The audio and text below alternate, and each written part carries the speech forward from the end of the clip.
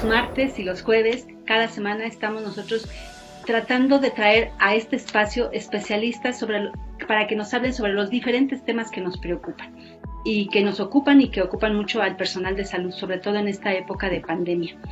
En esta ocasión traemos un especialista que nos va a hablar de un tema que nos debe interesar mucho porque es muy importante, sobre todo en una época muy infecciosa. Nos acompaña la doctora Rosa Estela Juárez Pérez. Ella es médico internista de base, médico, y se especializó en medicina interna, y aparte es presidenta de la Asociación de Medicina, médico internista, y es maestra en Organización de Sistemas de Salud, asesora de salud en el Senado de la República en la legislatura anterior, o sea, 2013 y 2018, y es actual presidenta de la Asociación Multidisciplinaria para el Apoyo a la Salud, conocida como AMUPA. ¿Correcto, doctora? Correcto. Gracias por la invitación, doctora, por estar aquí, por acompañarnos, y te invitamos para hablar, como lo pusimos en nuestro promo, de lo que está pasando en los hospitales. Las infecciones intrahospitalarias, o como se le conoce, nosocomiales, no es un tema muy conocido, muy digamos que tengamos conciencia en el país de lo que significa eso, pero en esta epidemia lo estamos viendo. Sabemos, digamos, ahorita como mexicanos nadie quiere ir a un hospital, nadie se quiere acercar, ¿no? Aun cuando luego de pronto yo he escuchado de que gente que tiene problemas de salud o que tendría que ir con el médico, tendría que ir a su consulta o a su cita que ya tenía pendiente, dice no, mejor me espero porque ahorita ni acercarse para un hospital. Como que eso inconscientemente lo sabemos porque es un terreno infeccioso, pero eso siempre ha sido, no solo de esta epidemia, ¿verdad, doctora? ¿Cuál es la situación que ahorita tú ves en esta pandemia, de lo que están viviendo ustedes adentro en los hospitales en términos de infecciones? ¿Está ayudando la pandemia por los mayores controles, o más bien porque también está habiendo muchos profesionistas y personal de la salud infectado? ¿Qué es lo que están viviendo ustedes? Eso es, mira, definitivamente me parece que esto ha permitido que haya un mayor grado de conciencia dentro del personal de salud. Como bien lo comentaste anteriormente, esto pues existe desde que existen los hospitales, ¿no? O sea, ahora sí que estas infecciones nosocomiales, actualmente llamadas infecciones asociadas a la atención a la salud, existen desde que existen los hospitales. Entonces, toda persona que va a un hospital y se infecta dentro de un hospital o un centro sanitario, a eso se le denomina infección nosocomial o una infección asociada a la atención a la salud. Y entonces, ¿qué es lo que está pasando en la actualidad, no? En la actualidad resulta que efectivamente nos estamos dando cuenta de la importancia de usar el equipo de protección personal, ¿verdad? De la importancia de cuidarnos pues de todos los pacientes, pero en especial de aquellos pacientes que pueden ser infectocontagiosos. Es decir, si nosotros hubiéramos tenido todos estos cuidados, ¿verdad?, durante toda la vida, seguramente hubiéramos evitado que personal de salud se estuviera contagiando o contaminando frecuentemente, ¿no? Y luego ese contagio lo llevamos a casa, ¿no? Y entonces, así es como también hacemos cierto grado de inmunidad. Sin embargo, me parece que además lo que estamos viviendo en estos momentos en el país y en el mundo es también, como bien lo comentaste, ese grado de conciencia por parte de la gente, ¿verdad?, al entrar a un hospital.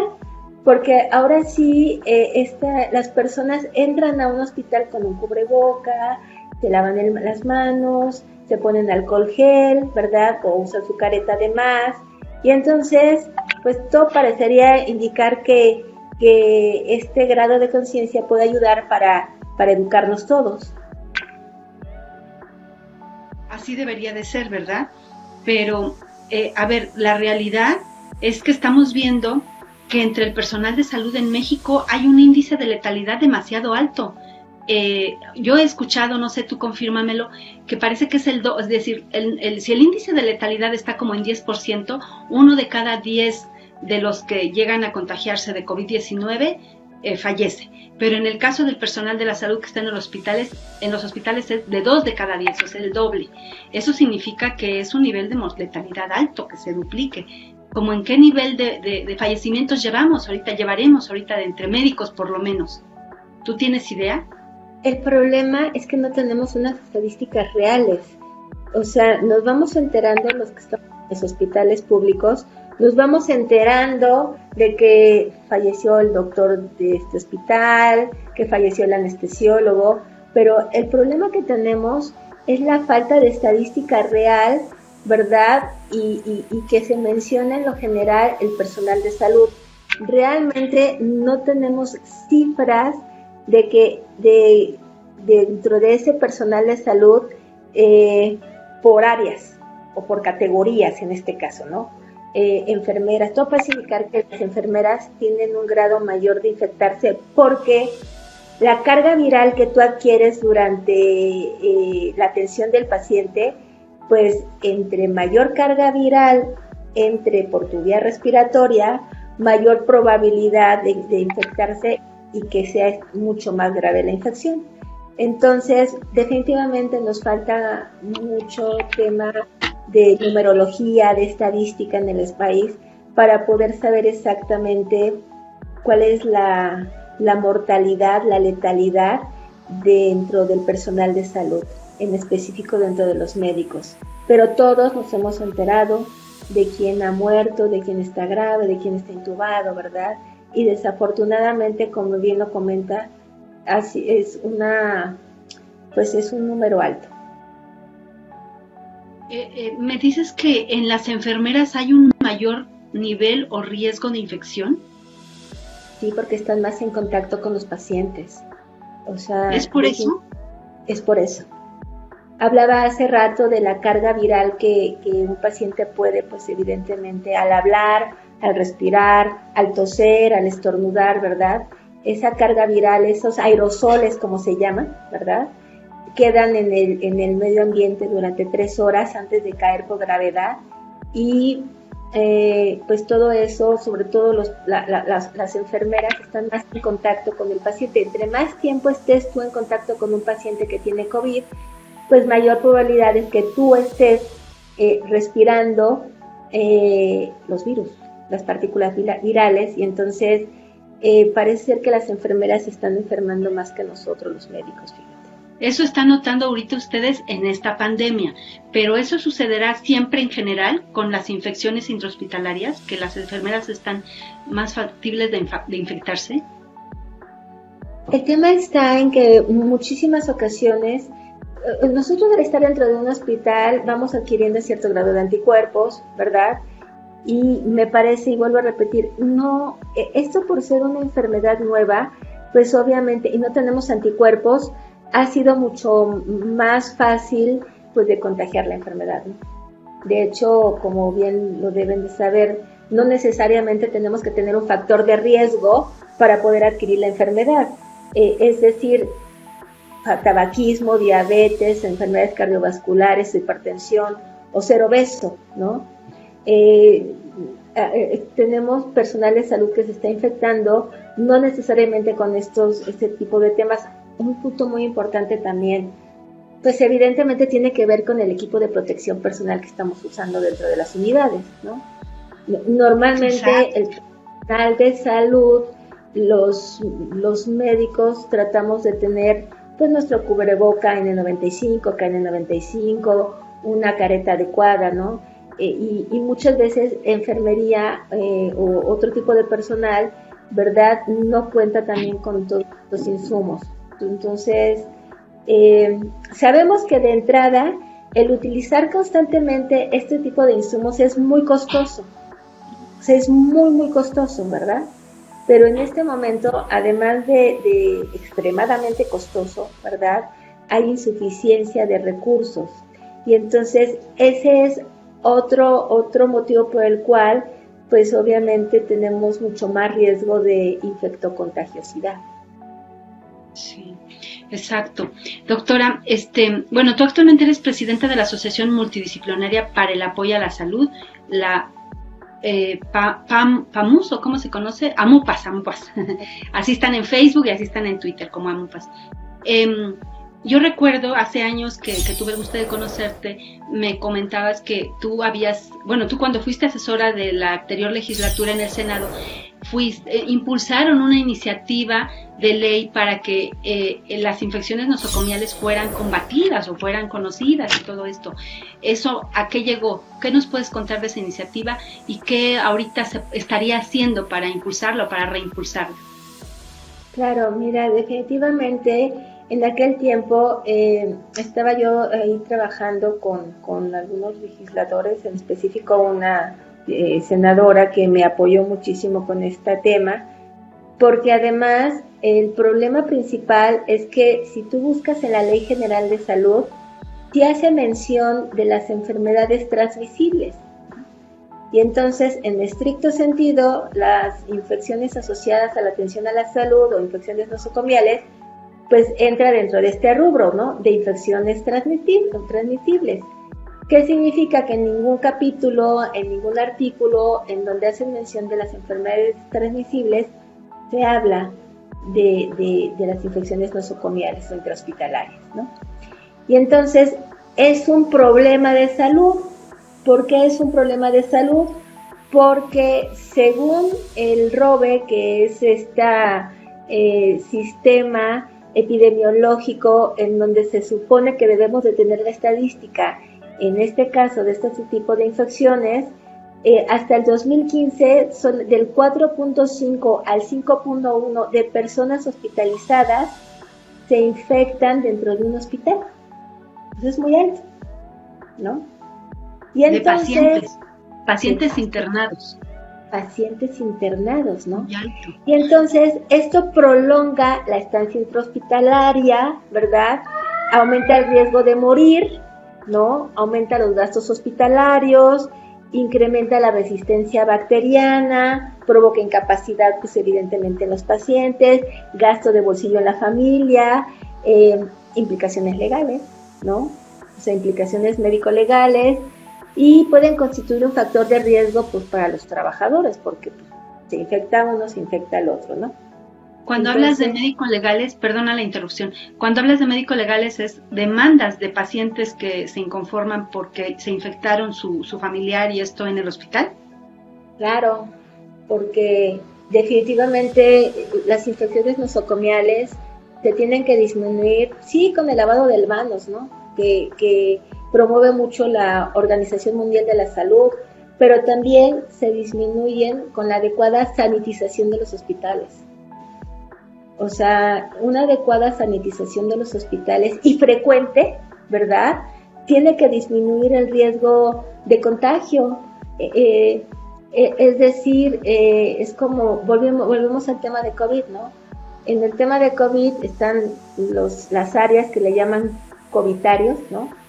En donde están todos los pacientes, pero no se está entrando a hacer un exhaustivo, ¿verdad? Y una sanitización, porque finalmente pues el mismo paciente está inhalando las partículas virales. En cambio, si existe una adecuada sanitización, sobre todo de estos productos, ¿verdad? Que pueden tener una duración hasta de 3 días, ¿verdad? Para disminuir la carga viral, pues sería muy benéfico para todos, o sea, para trabajadores y para pacientes y hasta para familiares. Entonces, sí, la verdad es que el lavado de manos es como muy importante porque todos tocamos al paciente y lo tenemos que explorar y una serie de situaciones y usamos fomites o insumos para que, hasta para la comida, ¿no? Sin embargo, tiene que ver como, yo creo que es mucho más allá el tema para poder disminuir estas infecciones. Y bueno, y de ahí surgió la idea de por qué no empezar a pelear por políticas de salud respecto a este tema. Así es. Es que lo que dices es inconcebible que en la ley de salud, en la Ley General de Salud, no se mencione en ningún momento, una sola vez, la palabra infecciones nosocomiales o las siglas IAS, ¿cómo se le llaman? Infecciones de... ¿Cómo mencionaste? IAAS, infección asociada a la atención a la salud, el IAAS, ¿no? Eso no está mencionado en la Ley de Salud de México. O sea, no se puede creer. No lo tenemos y la verdad es que efectivamente hablan de infecciones transmisibles, enfermedades transmisibles, pueden hablar de la tuberculosis, de la lepra, ¿no? De la leishmaniasis, ¿no? Cuando definitivamente, digo, de la influenza, yo espero que en breve también hablen de COVID, ¿no? Digo, como es la moda, y la verdad es que yo sí estaría peleando que estuviera también dentro de la Ley General de Salud. Que si bien quiero comentar algo, tanto los asesores legislativos como los mismos legisladores, muchas veces te cuestionan que no tiene que ser, la ley no tiene que ser tan específica, que tiene que ser general, pero en la vida real, si tú te vas a la Ley General de Salud, no es cierto, o sea, la ley puede ser específica, puede ser general, y me parece que las infecciones nosocomiales pues son un problema de salud, como lo comenté anteriormente, porque por todos estos problemas que puede ocasionar, ¿no? Y que además también va a depender del hospital en donde estés, ¿verdad? Porque no es lo mismo, a lo mejor estar en un hospital de tercer nivel de atención, a estar en un hospital de una ciudad, a estar en un hospital pues de una zona más alejada, ¿verdad? En donde todavía los insumos son pues más escasos. Exacto, claro, las realidades en este país son abismalmente diferentes. Tenemos muchos países, muchos Méxicos, como dicen, ¿no? Oye, doctora, pero entonces, ¿a partir de que presentan ustedes esa iniciativa, que si no me equivoco fue en 2016, por ahí, 2017? 17. ¿Ustedes qué vieron? ¿A nadie le interesó? ¿En qué quedó? ¿Se quedó en la congeladora? Y ¿es posible reactivarla, por ejemplo, en una nueva legislatura? ¿Qué pasa en esos casos? Se aprobó en el Senado de la República, pero se quedó detenida en la Cámara de Diputados. Y como en el 2017 pues ya empezábamos con el tema de las elecciones, pues ahora sí que ya era como con permiso, vamos a lo que deja, ¿no? Entonces, la verdad es que se nos atoró ahí. Estuvo la AMEIN, la Asociación Mexicana para el Estudio de Infecciones Nosocomiales, estuvo peleando para ver si podíamos desatorarla. Desafortunadamente la dejaron ahí, o sea, la dejaron ahí. Quiero pensar, o quiero mal pensar, que tuvo que ver por un tema de presupuesto, ¿no? Pero me parece que es mucho más costoso entrarle a las infecciones nosocomiales que prevenir las infecciones nosocomiales, como pasa en la salud. Por supuesto. Como todo, o sea, siempre a posteriori ya la curación es más cara que la prevención.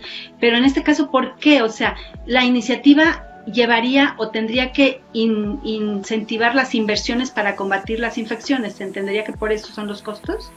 ¿Invertir en qué? La iniciativa era precisamente que dentro de la Ley General de Salud se mencionara en el artículo 3º como un tema importante del Consejo de Salubridad. Entonces, si entra como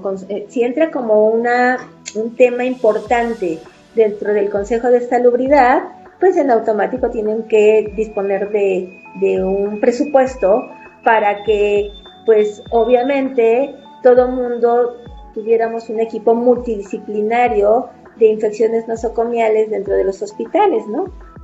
Pero todo eso implica inicialmente un presupuesto. Lo que pasa es que muchas veces nuestra visión es corta y entonces pensamos que invertir ahora es como gastarme el presupuesto actual, y como no planeamos a largo plazo, pues desafortunadamente, no, cada vez que tenemos un gobierno diferente, desafortunadamente son como planes solamente para el sexenio. Y si bien se da, porque en lo que se aprende, ¿no? O sea, en lo que se aprende, ya ves que echando a perder se aprende, pues definitivamente todo eso va pasando el tiempo. Y lo estoy diciendo hasta por sexenios anteriores, ¿no?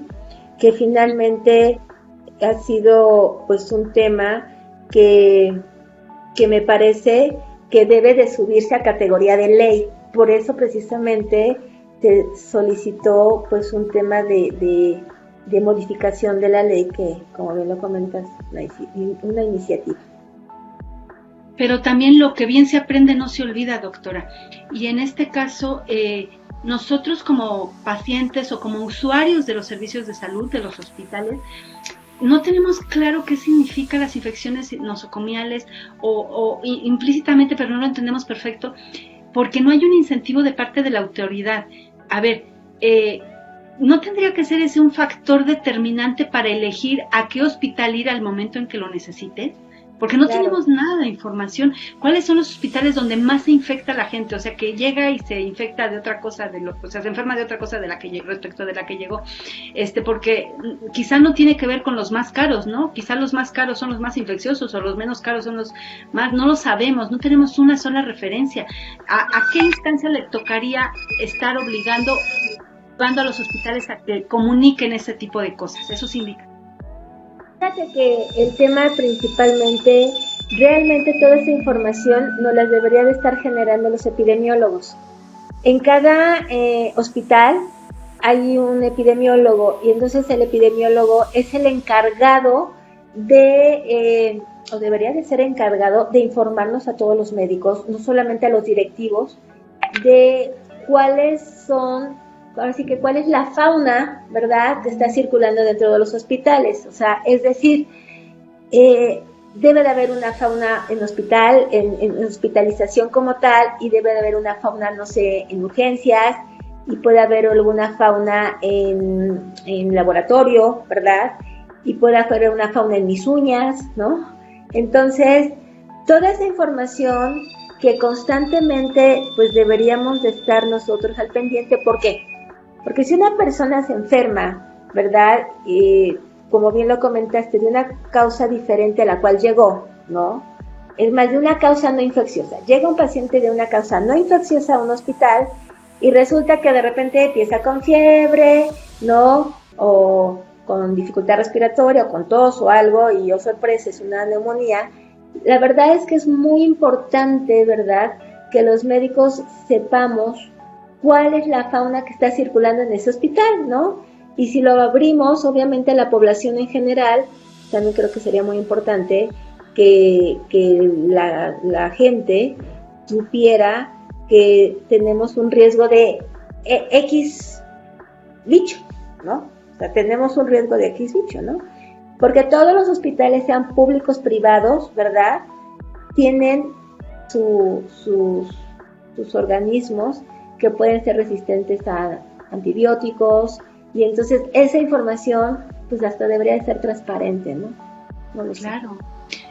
Ahorita te digo, ya nos empezó a llegar preguntas, pero de todas maneras les invitamos a quienes nos están escuchando, si quieren hacer cualquier pregunta a la doctora ahorita que la tenemos en vivo, o sea, ahora sí que los invitamos a que escriban sus preguntas ahí mismo en el chat o dentro de la transmisión como comentario. Y ahorita te digo una pregunta sobre los riesgos para el donador hablando de trasplantes. Ahorita pasamos a eso porque es una situación muy específica de lo que tiene que ver con infecciones. Pero dime una cosa, independientemente de que se haga una reforma de ley, porque dices, no está en la Ley General de Salud y eso, pero así como están actualmente nuestras regulaciones y normas, ¿no le correspondería al Consejo de Salubridad General checar eso y que los hospitales reporten esos indicadores de infecciones o en general cualquier establecimiento de atención a la salud? De hecho, en estricto sentido sí, porque las enfermedades transmisibles en el artículo 3 de la Ley General de Salud son mencionadas. Entonces, si efectivamente la ley no es específica, sino la ley es general, y este tipo de infecciones intrahospitalarias entran dentro de las enfermedades transmisibles, pues claro que sí le toca, ¿no? O sea, por supuesto que sí le toca. Sin embargo, a veces es mucho mejor que esté explícita, o sea, que diga esa palabra. Y yo muchísimas veces llegué a comentarlo porque es diferente. O sea, que esté mencionada dentro de la Ley General de Salud implica presupuesto, ¿no? Y no se queda en lo general, ¿no? Así como, bueno, no se queda como en lo general. Me parece que muchas veces podemos ayudar más a la población cuando está en lo particular, cuando realmente lo subimos, porque si bien hay una norma de infecciones nosocomiales, las normas no son coercitivas, ¿no?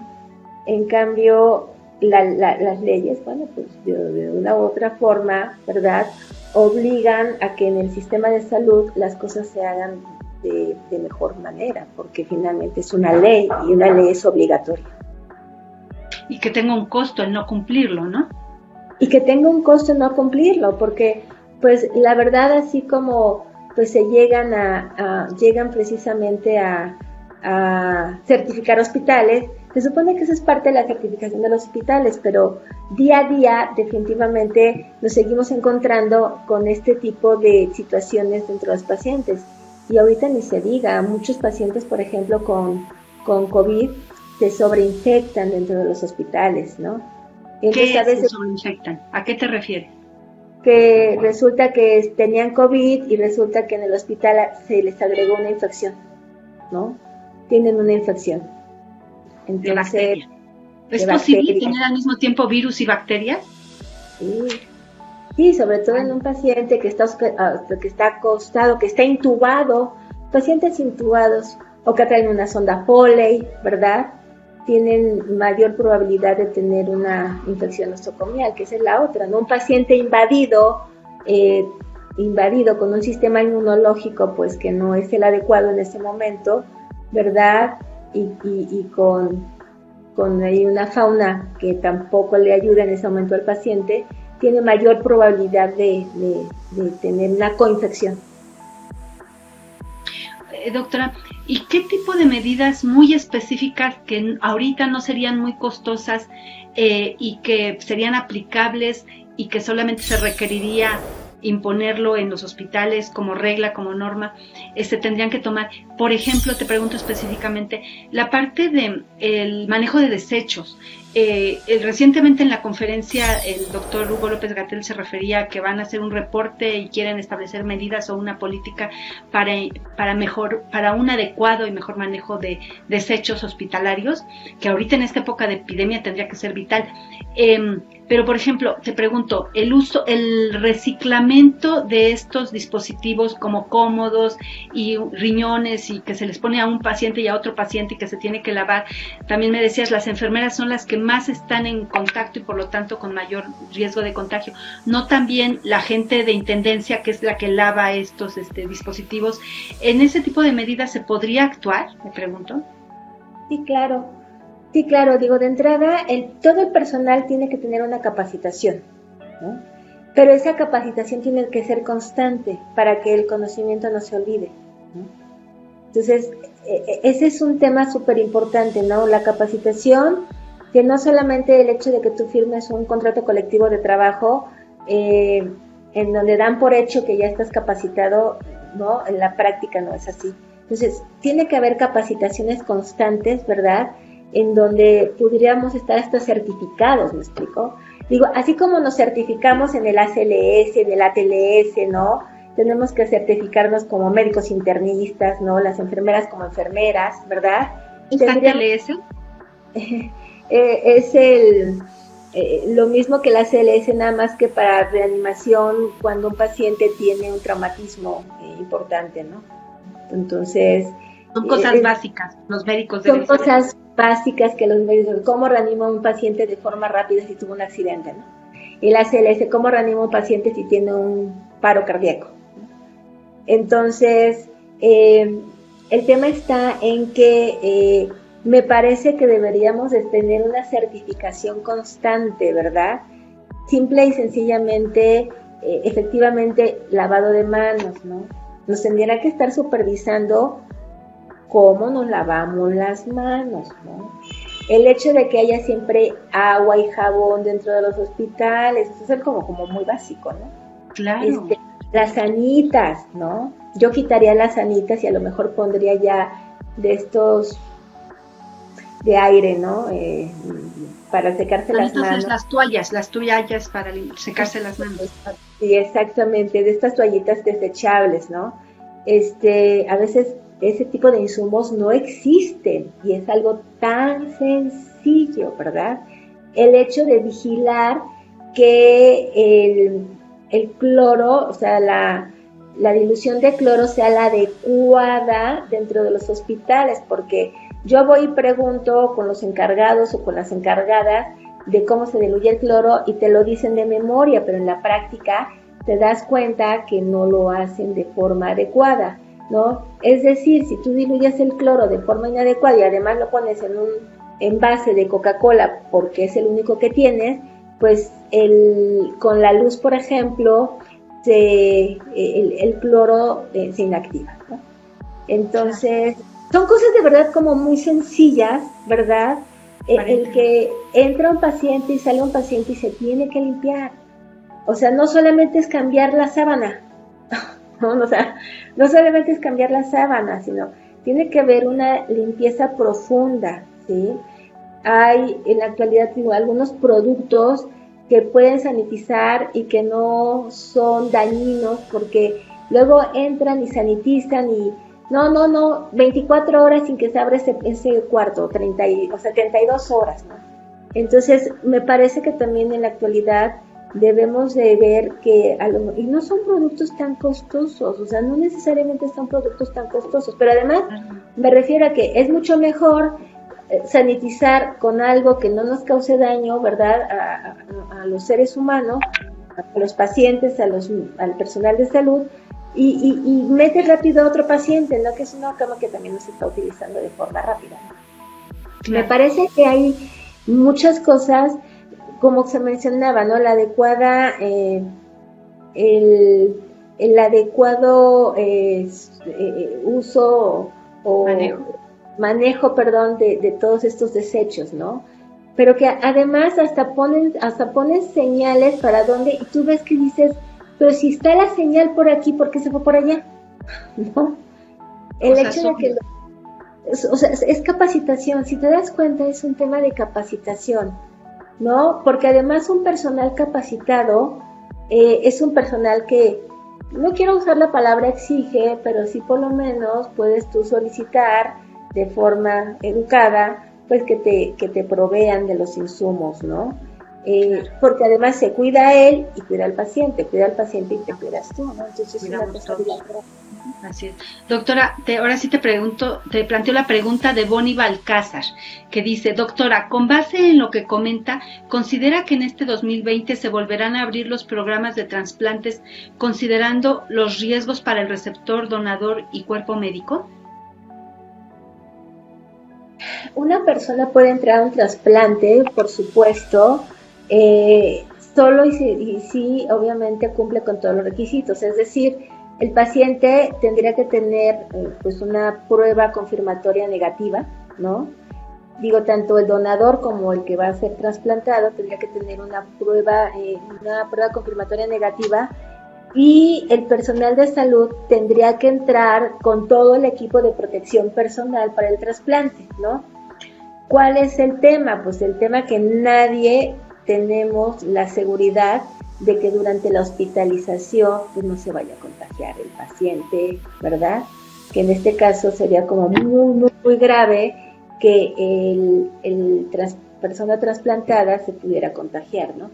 Ahora, respecto a que si se va a abrir o no se va a abrir, pues se supone que ya el 16 de junio se empezaron a abrir nuevamente todo este tipo de situaciones, es decir, se abrió ya la consulta, se iban a empezar a operar los pacientes que quedaron pendientes en semanas anteriores, precisamente para que todos estuviéramos preparados por la emergencia. Sin embargo, quiero comentar que de verdad esto es algo muy ambiguo. O sea, un día, como te dicen un día una cosa, ¿no?, al día siguiente te dicen otra. Entonces, ha sido muy ambigua la información, ¿verdad? Y mientras tengamos todavía casos importantes dentro del sistema de salud de COVID, me parece que los médicos van a seguir atendiendo estos casos. Sí. Porque realmente no necesariamente los expertos en COVID, ¿no?, son los que van a seguir en la pandemia. Están entrando otro tipo de especialistas, ¿verdad?, para poder relevar a la gente que en estos momentos está cansada dentro del personal de salud. Estoy hablando de ya debe estar habiendo un agotamiento tremendo en el sector de los que están en el área de COVID. Claro que sí, llevan más de 3 meses. Es demasiado. Van para Así es. Sí. Así es. Doctora, te planteo otra pregunta que llegó. si se demuestra que un paciente murió por una infección nosocomial, ¿es factible demandar al hospital? Es totalmente factible. Es totalmente factible. De hecho, comenté hace rato pues que precisamente la idea de que disminuyan las infecciones, a lo mejor no van a ser cero, o sea, pero no es lo mismo que se disminuya, obviamente, a que tengamos un problema de una estadística alta de este tipo de problemas. Pero sí se puede demandar. Es mucho más fácil cuando el paciente efectivamente entró por una infección, por una enfermedad no infecciosa y que durante su hospitalización, ¿verdad?, la adquirió. Pero claro que sí. Muy bien, doctora. A ver, te pregunta también Guadalupe Marín. Como familiar del paciente, ¿cómo nos podemos dar cuenta de este tipo de infecciones y que no sea parte de la enfermedad del paciente? Hay profesionales que dicen que se empeoró la enfermedad y es por otra infección. ¿Qué se puede hacer? O sea, que uno como familiar, pues luego no tienes toda la información y no sabes realmente si fue adquirida en el hospital o ya la traía, o luego no sabemos, ¿no? Así es.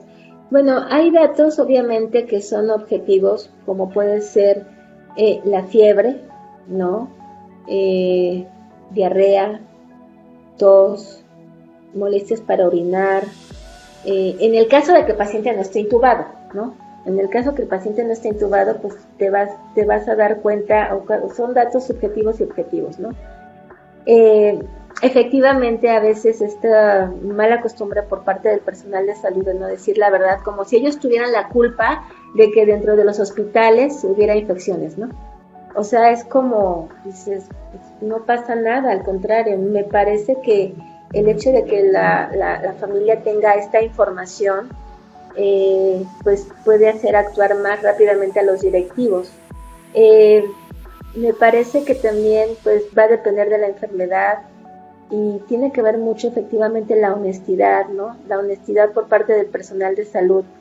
El expediente, hay que aclarar algo como muy importante, el expediente pertenece al paciente, O sea, el expediente no pertenece a la institución, o sea, cada vez que te dicen no puedes ver el expediente porque es secreto, pues eso no es cierto, o sea, el expediente tiene que ser transparente y entonces, en estricto sentido, ustedes pueden pedir, por ejemplo, por escrito, que les den la información acerca de los estudios de laboratorio, y a lo mejor, ¿por qué no?, hasta una información, ¿verdad?, breve, por escrito, o el diagnóstico de lo que se está presentando.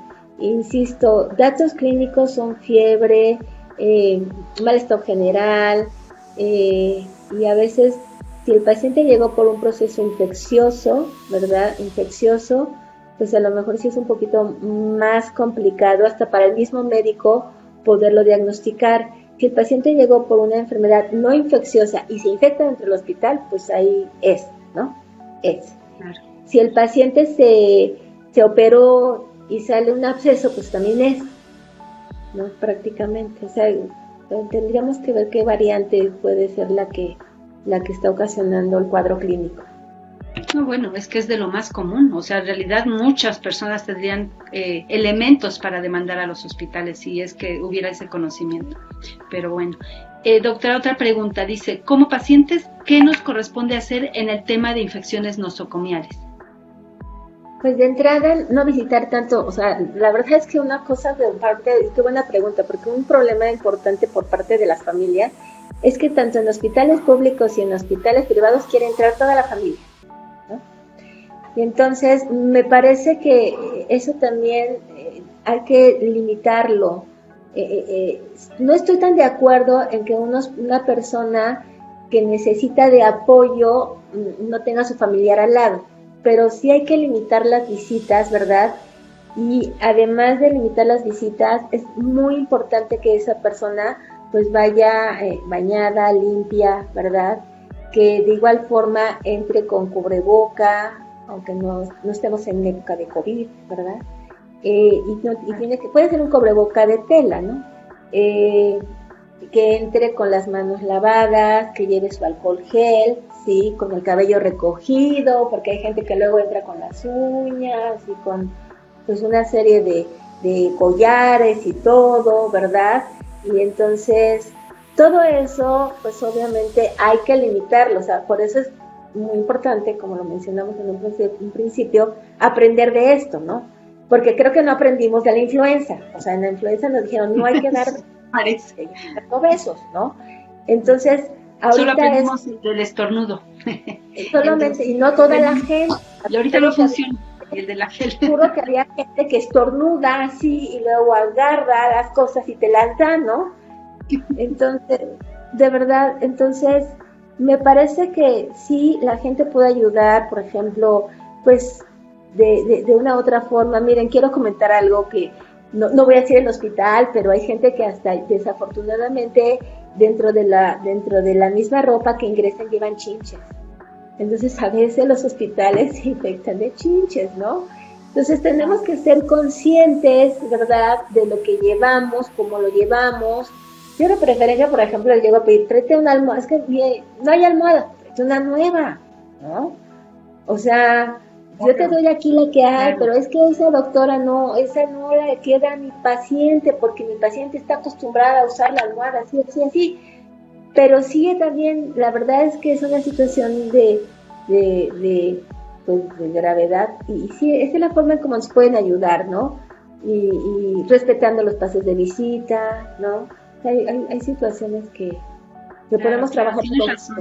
Tienes razón, es que nuestra cultura es ahorita, por ejemplo, con la pandemia, como decíamos al principio, de que yo no me acerco al hospital para no contagiarme, pero realmente también es, si no vayas al hospital es porque tú también puedes contagiar, ¿no? O en general también si entras y si tienes necesidad de ir al hospital, que no vaya la gente para cuidar a los demás. Sí. Luego la gente va enferma a los hospitales a cuidar a sus pacientes. Exacto, sí. Es cierto. O sea, ¿cuánta conciencia nos hace falta, doctora? Ya para cerrar, por último, también te preguntan, ¿quién y cómo se puede empoderar al paciente para que haga efectivos sus derechos? Es el conocimiento. O sea, el empoderamiento se basa en el conocimiento, ¿no? Y el conocimiento está por escrito en las leyes, ¿no? Entonces, la verdad es de que habemos médicos que sí nos gusta asesorar a la gente, ¿no? A veces hay buenos abogados que asesoran bien, hay otros que nada más lo único que hacen es ahora sí que acelerar a la familia, y a veces no tiene una razón de ser, pero me parece que el conocimiento, la verdad es que yo veo actualmente a la gente más participativa, le pregunta a la enfermera, le pregunta al un médico, al otro médico, al que pase visita, al jefe de servicio, ¿no? Y entonces eso va haciendo que el familiar se da cuenta que hay algo que no está adecuadamente, y la verdad es de que eso más a lo mejor alguna asesoría, ¿verdad? Que se pudiera dar, ¿verdad? Por alguien que de verdad quisiera asesorarlo, porque digo, hoy me enfrenté con alguien que me quiso poner un 4 dentro de un hospital privado, ¿no? Y la verdad es de que eso sí lo entiendo, porque hoy me presenté yo más como familiar que como médica, pero bueno, definitivamente, y lo entiendo porque sí, a veces los médicos nos queremos pasar de listos, ¿verdad?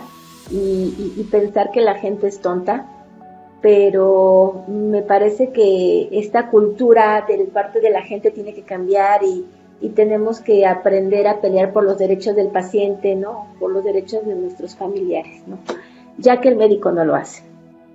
No, a veces sí. Es que estás entrando en un tema importantísimo que yo creo que en otra ocasión vamos a invitarte, doctora, porque la parte de la relación del paciente con el médico en México en esta pandemia se ha visto que es muy compleja. Los ataques que hubo en la calle a personal de salud es algo muy grave, se discutió mucho, fue indignante para muchos, pero hay algo más profundo allá. Y bueno, creo que mejor ni nos metemos en el tema porque es motivo de otra entrevista que ojalá ya aceptes para tocarla.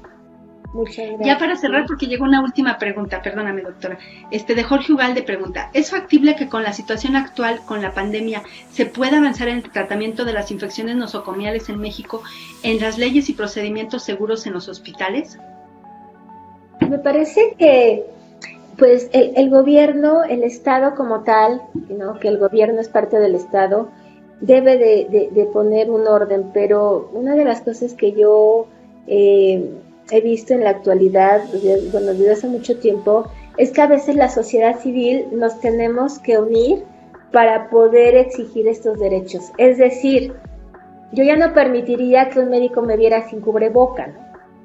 Entonces, todas esas situaciones las podemos ir, el cambio está en cada uno de nosotros. Si el gobierno lo hace o no lo hace, ya va a ser problema de ellos. Pero me parece que en estos momentos estas buenas costumbres, o sea, ya no los usos y costumbres con las que veníamos trabajando, estas costumbres ya las tenemos por parte del profesional de salud dar, y por parte de la gente que va con nosotros a una consulta o que está hospitalizado, pues exigir, ¿no? Doctor, no te lavaste las manos para revisar a mi paciente, ¿no? O vienes con la bata sucia, ¿no? O sea, ¿qué haces con la bata sucia revisando? O sea, son situaciones que me parece que debemos de quitarnos como un poco la pena o mucho la pena, ¿verdad?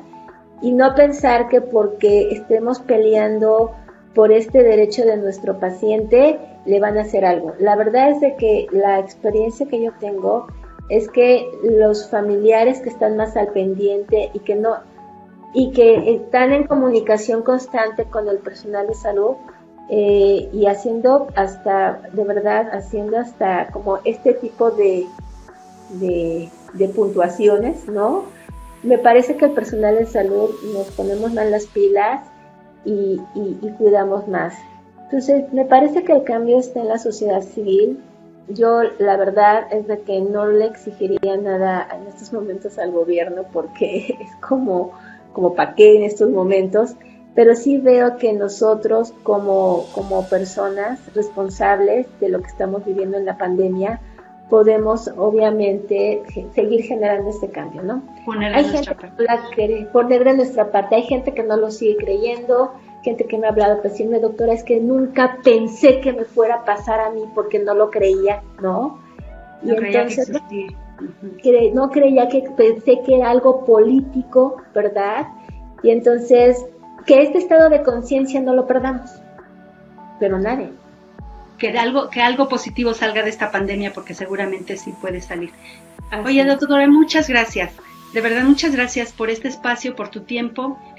Doctora Rosa Juárez Pérez, médico internista y presidenta de la Asociación Multidisciplinaria para el Apoyo a la Salud. Gracias por estar con nosotros. Gracias a todos. Y gracias a ustedes, nuestra audiencia, por escucharnos, por estar pendiente. No se pierda, el siguiente jueves tenemos otra, igual con médico, con especialista. Ya estaremos subiendo el cartel de promoción. Mañana tenemos una sobre herbolaria y cannabis, con un experto también. Entonces, no deje de estar pendiente de los Facebook y de las transmisiones que hacemos a través de este espacio. Gracias.